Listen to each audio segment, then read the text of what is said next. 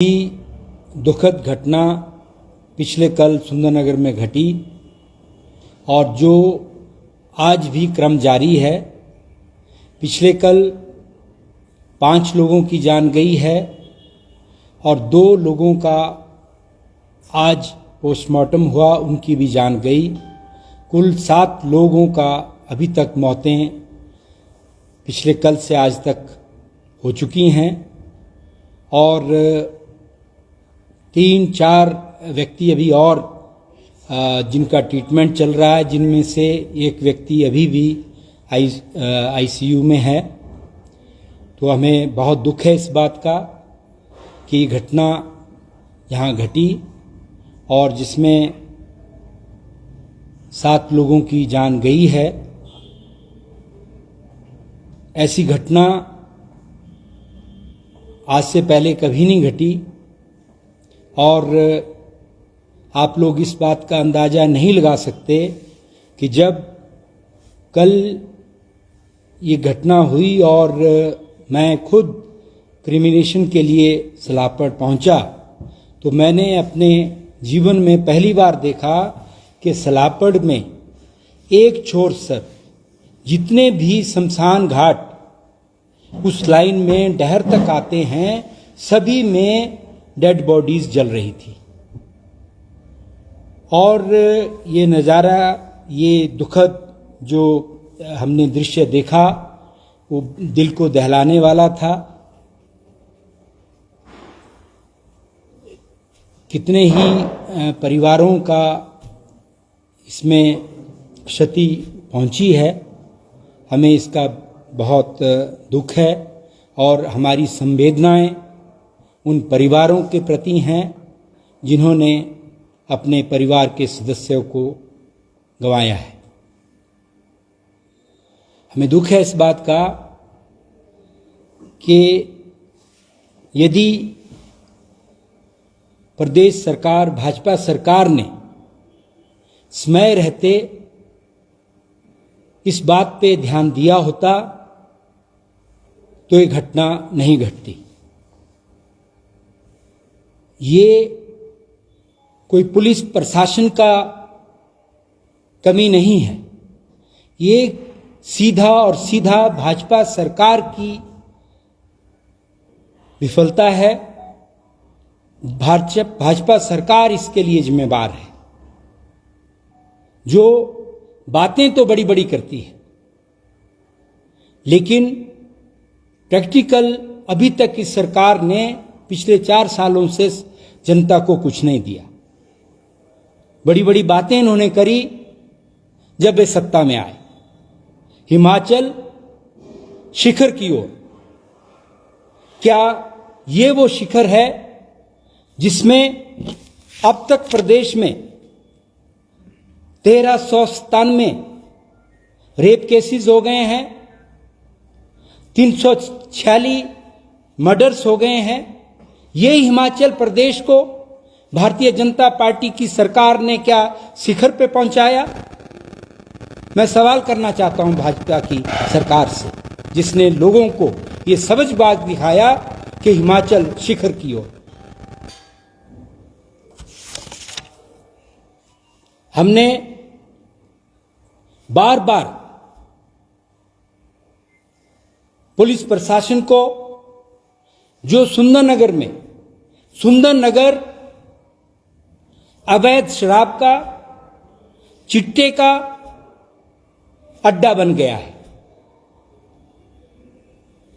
कितने ही रेफरेंस हम दें जिसमें सुंदरनगर से पिछले कई महीनों से, सालों से चिट्टे के केस पकड़े गए हैं, चर्स के।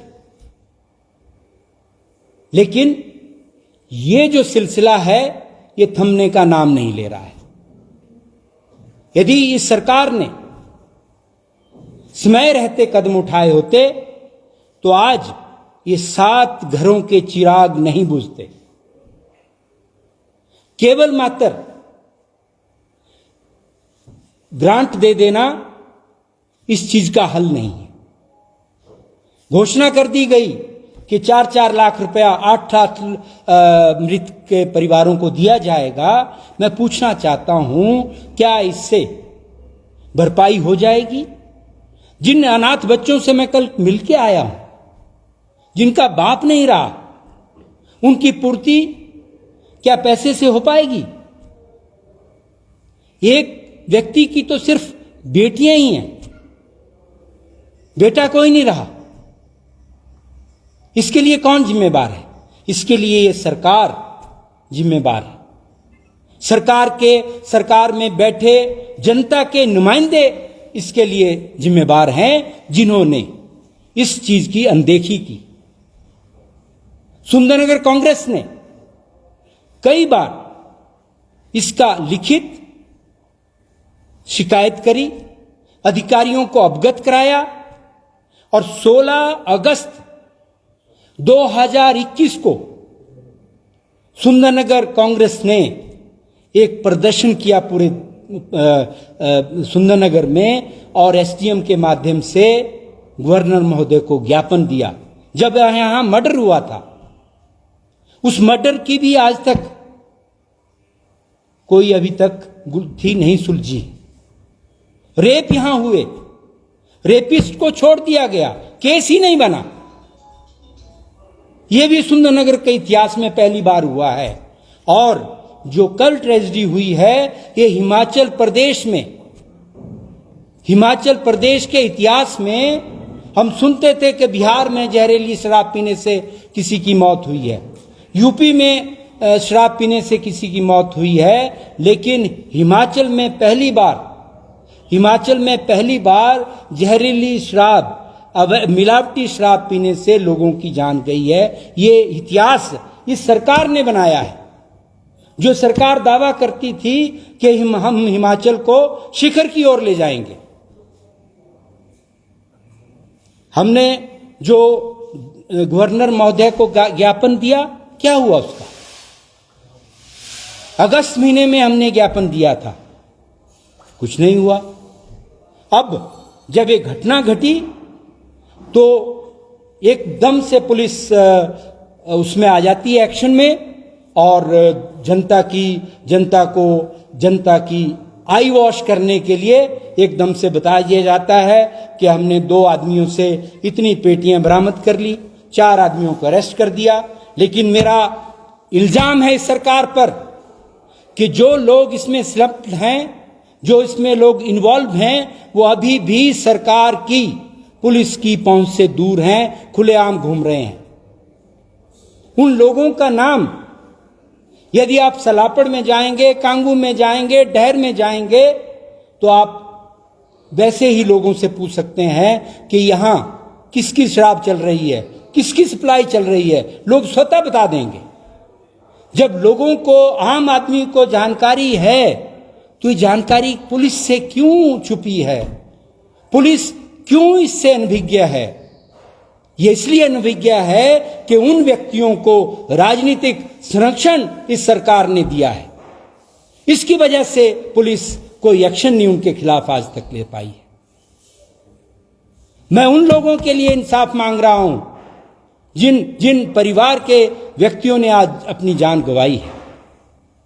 और मैंने तो सोशल मीडिया की तरफ से अभी अपील भी की है। हमें आशंका है कि जिन भी लोगों ने पिछले 3-4 दिनों में इस देशी शराब का सेवन किया है, हो सकता है उनमें भी देर सवेर ये इस पॉइजन के सिम्टम आए। मैं अपील करना चाहता हूं आप लोगों के माध्यम से कि आप भी लोगों को मीडिया के थ्रू ये अपील करें। मैंने भी अपील किया है कि लोग जिन्होंने सेवन किया है वो बगैर किसी हिचक के, बगैर किसी शर्मिंदगी के अपना इलाज कराएं, ताकि वो इस जो उनको हो, भगवान करे ना हो, उससे बच जाएं, वो स्वस्थ रहें। मैं ये उनके लिए कामना करता हूं, वो लोग आएं और अपना इलाज कराएं समय रहते। पिछले 4 सालों से, जैसे कि मैंने कहा कि रेप और मर्डर के कितने केस हुए, ये सिर्फ शराब और चिट्टे की बात नहीं है। ये सरकार का भ्रष्टाचार में इतनी सरकार लिप्त है कि जिसको बयान नहीं किया जा सकता।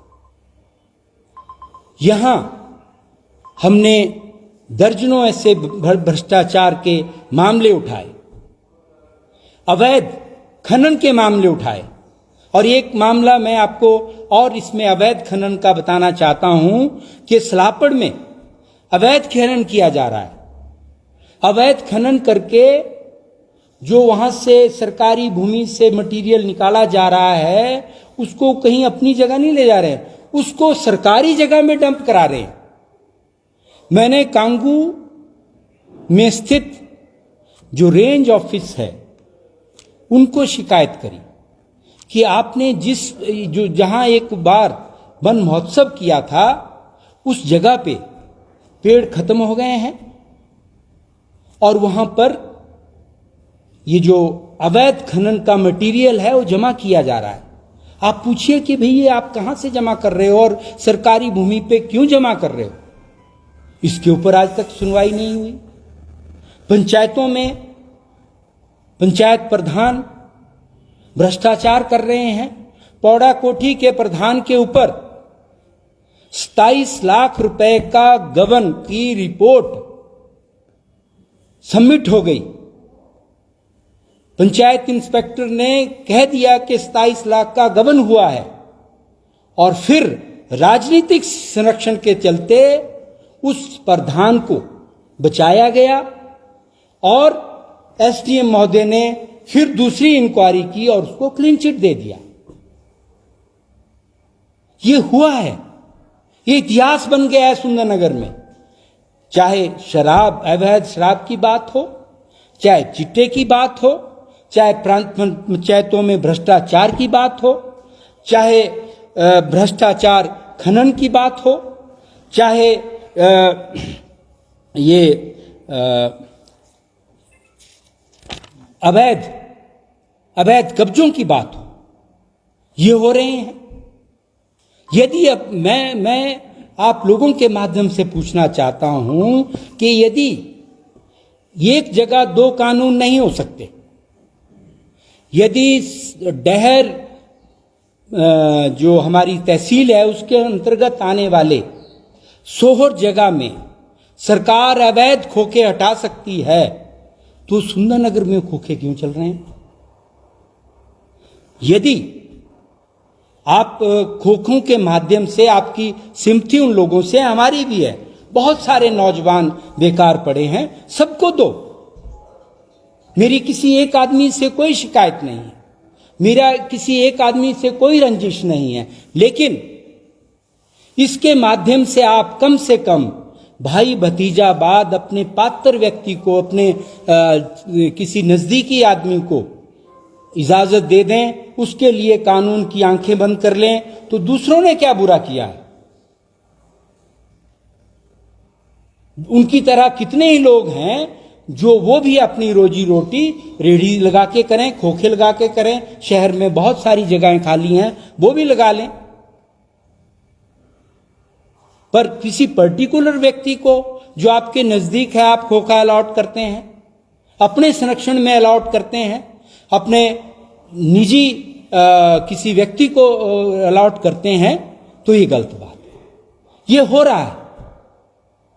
तो हमारा आप लोगों से ही कहना है कि यदि सरकार ने अब जैसे एसआईटी का गठन किया है, मैं अपील करना चाहता हूं कि पुलिस विभाग जिसमें ये गठन हुआ है वो निष्पक्षता से जो दोषी व्यक्ति हैं उनके ऊपर कार्रवाई करें, और ऐसा ना हो कि हमें इस चीज का भी अंदेशा है कि इसमें जो बड़ी मछलियां हैं वो बच जाएंगी और छोटे लोगों पे गाज गिरेगी, और जो निर्दोष लोग हैं उनको पुलिस वो कर लेगी। ऐसे हमें अंदेशा है, ऐसा नहीं होना चाहिए। धन्यवाद।